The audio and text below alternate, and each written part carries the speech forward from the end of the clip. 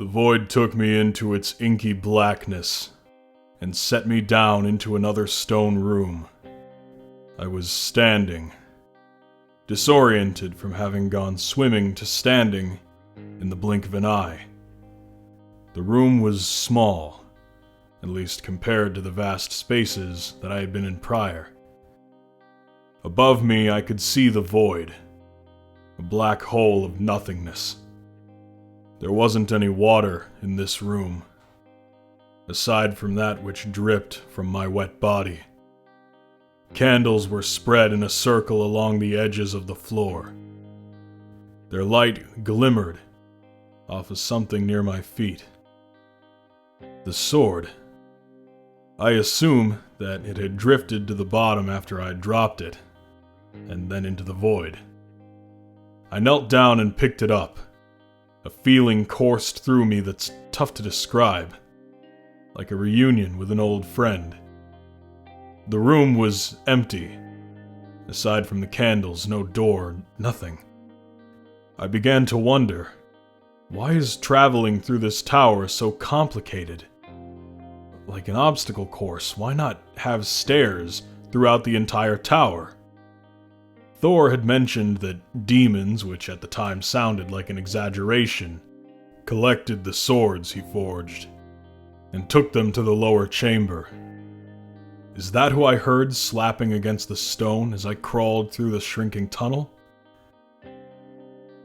I cast the thoughts from my mind so that I could focus on finding my way to the next room. I walked along the wall, searching for an opening, a loose stone, anything. I did the same as I crawled along the floor. I looked back to the void in the ceiling. It wasn't so high as to be unreachable. I stepped below it. Running out of options, I asked, "Now what?" The void answered. From its center, blackness began to leak toward the floor, but it did not drip, slowly lowered, dangling above. That's when I realized that the void was not dripping like running ink. This was something equally black, but separate. It was hair.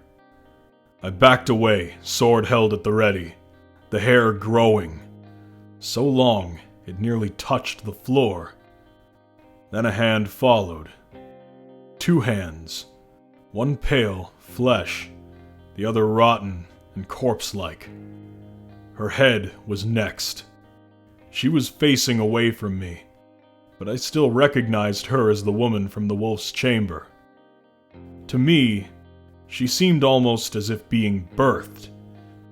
I was unnerved by what I was witnessing. There was nowhere for me to go, nowhere to run, nowhere to hide. I did not blink. It felt like a risk to do so. But it didn't matter, because in a flash, the woman appeared on her feet, facing me. It was as if I had a lapse in memory. I gasped. She glared at me from behind a curtain of hair. "Are you ready to continue?" she asked. I swallowed and said yes. She lifted her head slightly, as if her intended move had been interrupted. "You have questions?" I didn't know what gave it away, but I absolutely had questions. So many questions. I didn't even know where to start. My mind spun in circles. I exhaled. "Where am I?" "It is many things. A prison, a home, a gateway."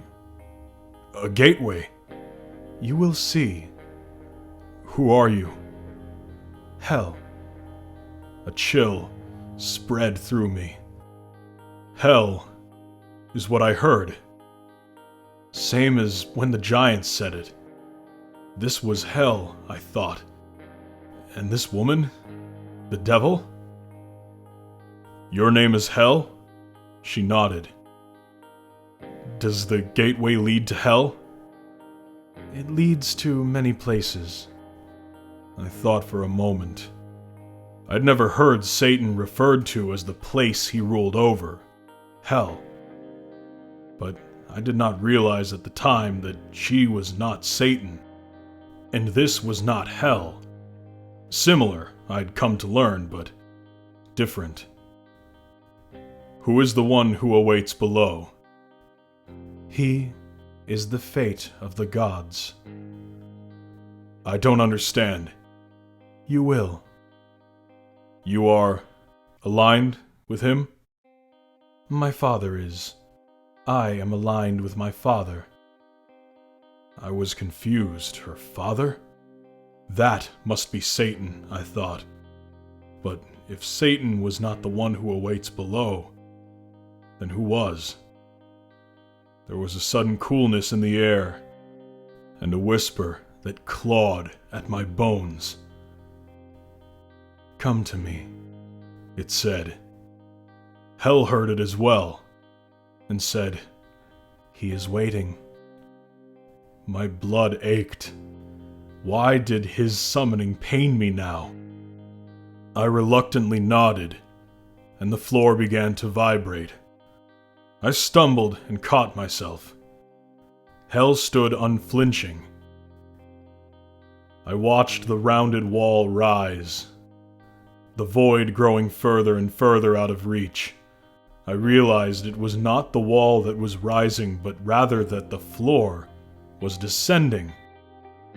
Trying to speak over the loud scraping of stone against stone, I hollered, "What's next?" Without having to raise her voice over the grinding rock, Hell said, My father. What is he going to do? He will travel with us to the bottom. I awaited the corpse woman for a moment. Okay. I waited anxiously for several minutes as we continued to descend. Again, the thought struck me as to how strange the design of the tower was. Small rooms, followed by large chambers.